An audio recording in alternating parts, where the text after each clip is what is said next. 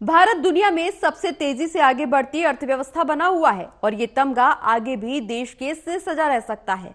World bank से लेकर IMF तक तमाम वैश्विक एजेंसियों ने इस बात पर अपनी मोहर लगा दी है। इसके अलावा देश की वित्त मंत्री निर्मला सीतारमण ने भी एक कार्यक्रम में चौथी तिमाही में जीडीपी को लेकर एक बड़ी बात कही है। उन्होंने कहा कि इंडियन इकोनॉमी सही ट्रैक पर दौड़ रही है और देश का सकल घरेलू उत्पाद मार्च तिमाही के दौरान 8% की दर से आगे बढ़ा है।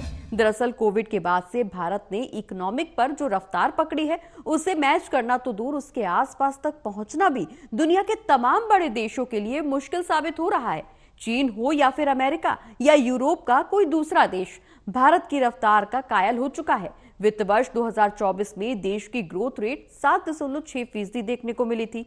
मौजूदा वित्त वर्ष की ग्रोथ का जो अनुमान लगाया गया है वो भी 7% से ज्यादा होने के साथ ही दुनिया के बाकी बड़े देशों के मुकाबले ज्यादा देखने को मिल रहा है।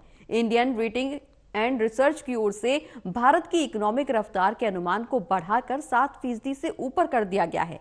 अब हम आपको बताते हैं कि आखिर इस रिसर्च में क्या अनुमान लगाया गया है। दरअसल मुंबई में एक कार्यक्रम के दौरान वित्त मंत्री निर्मला सीतारमण ने जीडीपी को लेकर एक अनुमान जाहिर किया है। उन्होंने कहा कि 31 मार्च को समाप्त तिमाही में देश का ग्रोथ रेट 8% या उससे ज्यादा रफ्तार से बढ़ा है।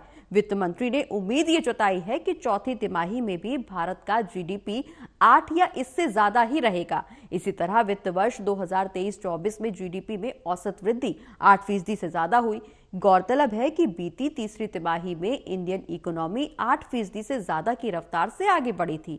वहीं देश में मैन्युफैक्चरिंग एक्टिविटीज और सरकारी खर्च में तेजी के चलते जीडीपी की रफ्तार और तेज हुई। आरबीआई ने अपने मार्च बुलेटिन में वित्त मंत्री निर्मला सीतारमण के अनुमान को दोहराया, जब उसने कहा कि देश 8% की सालाना सकल घरेलू उत्पाद की वृद्धि को बनाए रख सकता है और अनुकूल व्यापक आर्थिक विन्यास देश के ग्रोथ ट्रैक में एक कदम आगे बढ़ाने के लिए लॉन्चिंग पैड बन सकता है। जनवरी मार्च तिमाही के लिए भारत की जीडीपी के आंकड़े आने वाली 31 मई 2024 को जारी किए जाएंगे। बता दें कि आईएमएफ ने उम्मीद जताई है कि भारत वैश्विक ग्रोथ में 16% का योगदान दे सकता है, जो कि बाजार विनिमय दरों के मामले में दुनिया में दूसरा सबसे बड़ा हिस्सा होगा।